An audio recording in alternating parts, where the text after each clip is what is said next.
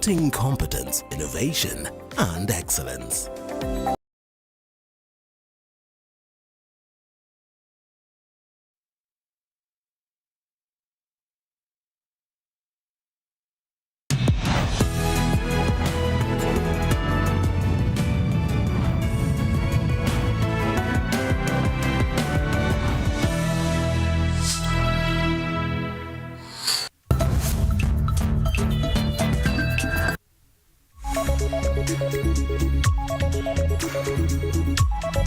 Right, good afternoon, 3 minutes past 4 p.m. East African time.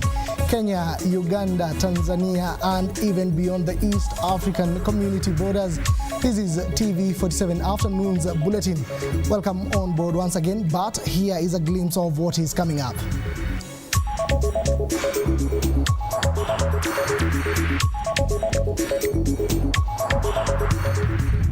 Okay. The Kenya Airports Authority staff staged protest over the government's plan to lease out the Jomo Kenyatta International Airport to Adani Holdings Limited. The Law Society of Kenya has filed a constitutional petition on behalf of 28 victims of police brutality during the 2024 protest. Innocent lives were lost, families were shattered, and many residents were left with scars, both visible and invisible. And President William Ruto witnesses Ethics and Anti-Corruption Commission asset handover at State House.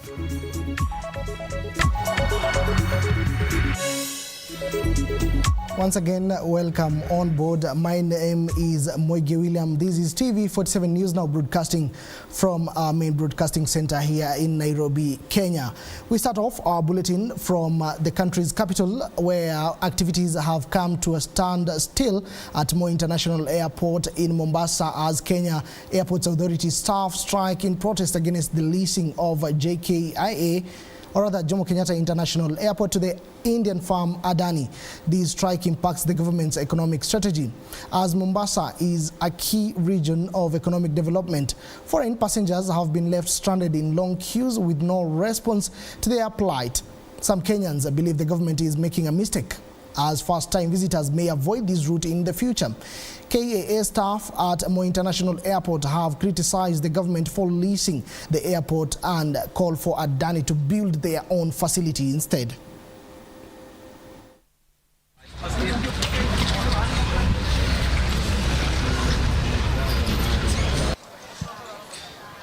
Kanga napigiwa bwana.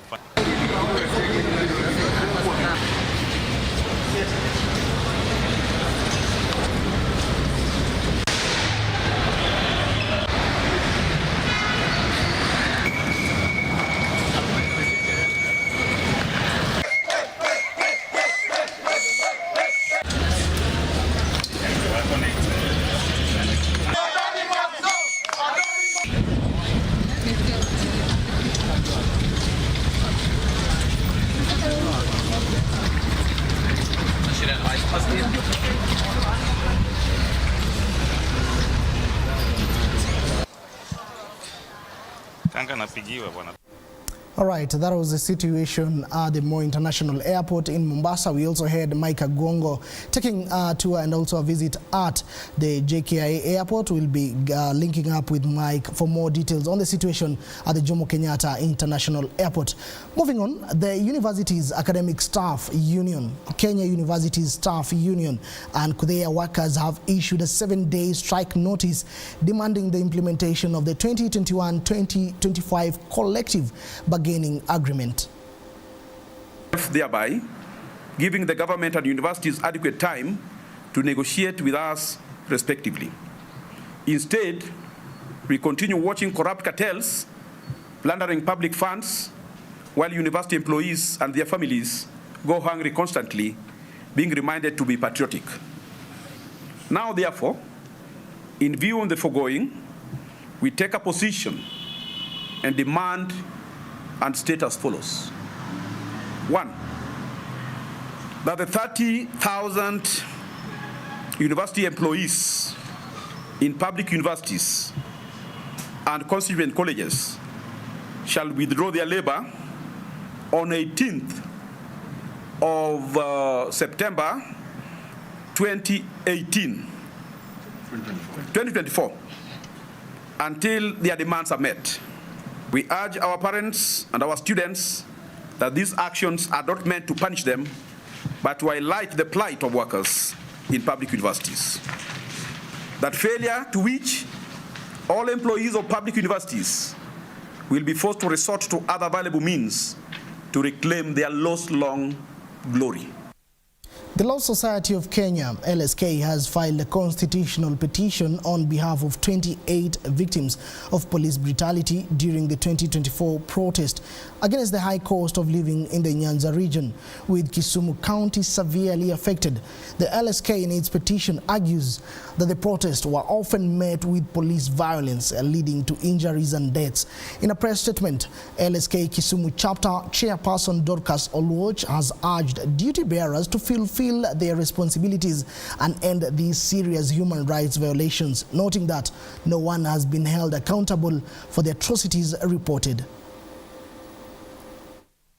We stand before you having filed a constitutional petition on behalf of 28 victims of police brutality suffered during the 2023 protests against the high cost of living.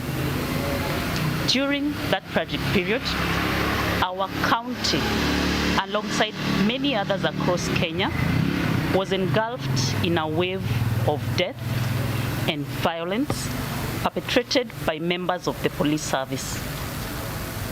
Innocent lives were lost, families were shattered, and many residents were left with scars, both visible and invisible. We called upon duty bearers to exercise their mandate and put an end to these grave violations of human rights. Sadly, to date, no one has been held accountable for these atrocities. The victims in this petition, some of whom were killed, such as JLK, a 17-year-old who was tragically shot in his private area and endured weeks of unimaginable pain before his untimely death, are still waiting for justice. In other news, Bernard Ojambo, a University of Nairobi student who was arrested on Monday with 5 liters of petrol, has been released on a 5,000 shillings cash bail. Through his lawyer, Dunstan Omari, Ojambo explained that he runs a border business, which is why he had the petrol. However, the Director of Public Prosecutions was opposed to the bail. The prosecution claimed that Bernard Wangila Ojambo was found on September 9th along Haridhuku Road near Boulevard carrying a 5-liter jerrycan of petrol, and that he appeared to have an intent to commit arson. This will enable the defense to interrogate facts as to his veracity. Counsel says he is ready to deposit a sum of 5,000 as cash bail on behalf of the accused person. On the other hand, the prosecutor opposed the release of the accused on the ground that there is a wave of school fire among the students' institutions. The trajectory of their demonstration is to burn down schools, and if released on bond, the burning of the schools is likely to be escalated. Equally, I consider that the decision of Dunstan Omari. Just a day after members of parliament from Mount Kenya East region announced that they are supporting the Interior Cabinet Secretary Kithure Kindiki as their leader, residents of Meru County have supported the proposal while criticizing Deputy President, that is Rigathi Gachagua, for not bringing development in the county. The residents have said that the politics of bringing them together that is drummed up by Deputy President Rigathi Gachagua will bring a division amongst them, while they endorse Kithure Kindiki as their leader to bring development in their region. This happens as the Deputy President and other leaders from Mount Kenya differ from the President camp. Profesa Kithure Kindiki ambaye ni waziri wetu wa usalama, na hawa watu viongozi walisema ni muhimu tumfanye kiongozi wetu ama yeye mdosi wetu ashikilie Mount Kenya East. Sasa sisi tunaomba hata Mount Kenya West washikane na sisi, tunaomba watusaidie, kwa sababu ule mtu tuko naye wa Mount Kenya, ile shinda analeta ni vita. Kama Mheshimiwa Rigathi Gachagua hatujasikia akiongelea maendeleo ya watu wetu wa Mount Kenya East na Mount Kenya mzima. Ile maneno ameweka mbele ni shares, ni maneno ya ofisi yake, ni maneno ya ndege yake, na sisi watu wa Mount Kenya, sisi hatutaki kujua maneno ya personal issues ya Mheshimiwa Rigathi Gachagua. Leaders wa Mount Kenya West wote tunawaomba sasa, sababu hata nyinyi mko na shinda, hamuna njia ama hamuna kiongozi ambaye kazi yake ni ya maendeleo. Yule kiongozi mko naye kazi yake ile mingi ni siasa na mambo yake personal ya vile atakuwa mkuu bandaye. Mheshimiwa Rais, sisi tuko nyuma ya Kindiki, Mount Kenya yote, region yote tunapenda Kindiki, tuko nyuma yake, na Kindiki ndio tunataka kufuatia awe rendimenti wako 2027. To matters health, in a bid to leverage on technology in the health sector so as to achieve the universal health coverage plan, the Ministry of Health says the process has been streamlined by the Open MRS, which was designed by a team of clinicians and software experts working in Eldoret and abroad. Open MRS was launched 12 years and has grown to a global community in over 90 countries. Open MRS was designed as a modular electronic health record system, but was first implemented by many HIV programs in Africa. Open MRS continues to spread its footprints and is currently implemented in over 8,100 health facilities, supporting over 22 million patients. To date, services offered to over 90% of patients of antiretroviral therapy have been digitized using Open MRS. So once we set up this system, what you need is something called a dashboard, an executive dashboard. And we've not developed all of them because we wanted to develop something that is unique for Kisumu dealing with our problems. But we started first with the facility dashboards. Things that we look forward to is to improve the analytic outputs of the system so that we are able to talk to the policy makers, give them the data they need, and maybe, just maybe, get away from the old traditional school of reporting. We just need to have data somewhere, and whenever you need it, you are able to maybe even use the AI tactics of getting data wherever you are immediately. We all know that there has been an overwhelming growth of digital solutions utilizing advanced technology to improve health systems. Kenya has made tremendous efforts in adopting digital solutions. Open MRS-based systems were among the first electronic medical records to be adopted in Kenya. And in a bid to enhance agricultural productivity and improve livelihoods, the West Pokot County government has made significant strides by distributing 1,272 gala goats, 464 doper sheep and 34 beehives to 219 farmer groups across 9 wards in the county. The initiative, part of the emergency locust response program, aims to strengthen farmers' resilience, improve livestock quality and diversify income sources in the arid region. Governor Simon Kachapin, while launching the program, emphasized the importance of enhancing livestock breeds as a key strategy to increase household incomes and food security. Meat and milk production are projected to boost the economy and support nutrition. The Gala goats and doper sheep are known for their adaptability to harsh climatic conditions, making them ideal for the region. The distribution of these improved breeds is expected to have a transformative impact on the livelihoods of farmers. Hapa sehemu ya Nasukuta Chapareria kusindua mbuzi aina ya Gala goats na sheep aina ya dopa. Pia tuko na beehives ambayo tunapatia groups. Kwa hivyo kwa leo tumekuja kusindua hawa wanyama ambaye ni improved breeds kwa groups wengi. Kama sehemu ya Chapareria groups 25 watapokea msaada hii, na hii ni miradi ya ELRP, Emergency Locust Response Program, ambayo pia inaandamana na ile tunasema food systems katika kaunti hii. Maziwa yake ni mingi kuliko ile yetu ya kawaida. Ukiuza utapata pesa mzuri kuliko ile yetu, na inabadilisha kwa sababu ni mingi, ile senge ni mingi. Kila group, mimi ni moja wa beneficiaries, kila group atapata 8 kila group.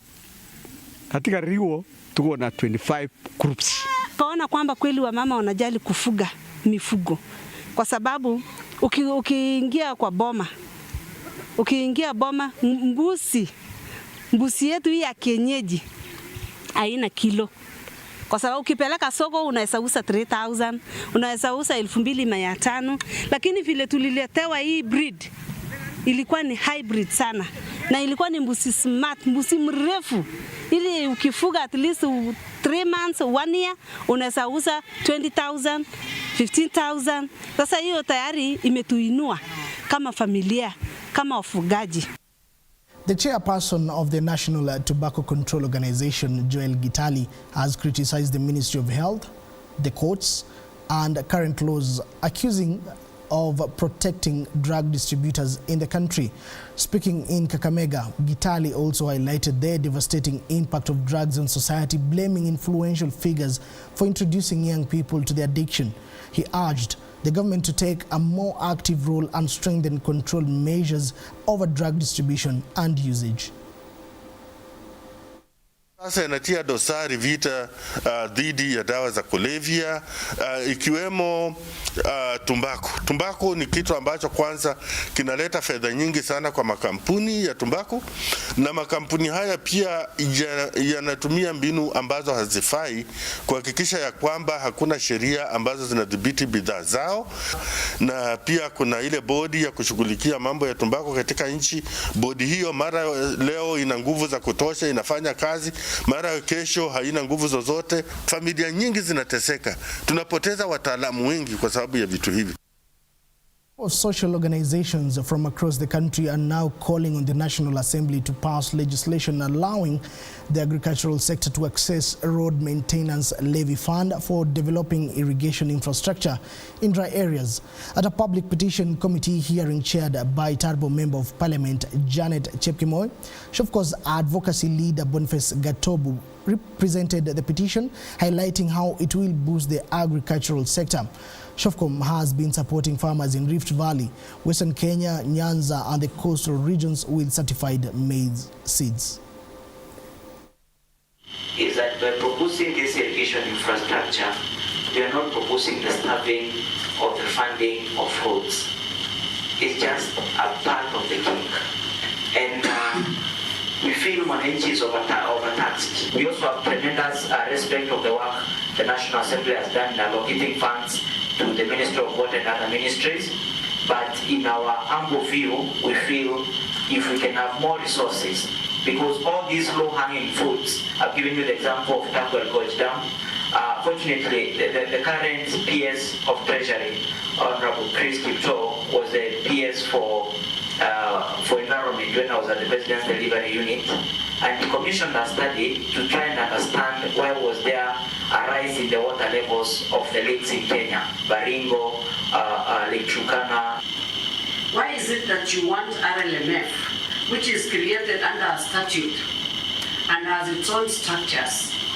Why do you want to draw money and have no relationship with NIA? Why do you want to draw money from there and take it to where you could actually have requested more funds from the Ministry of Agriculture or the Ministry of Water, sorry?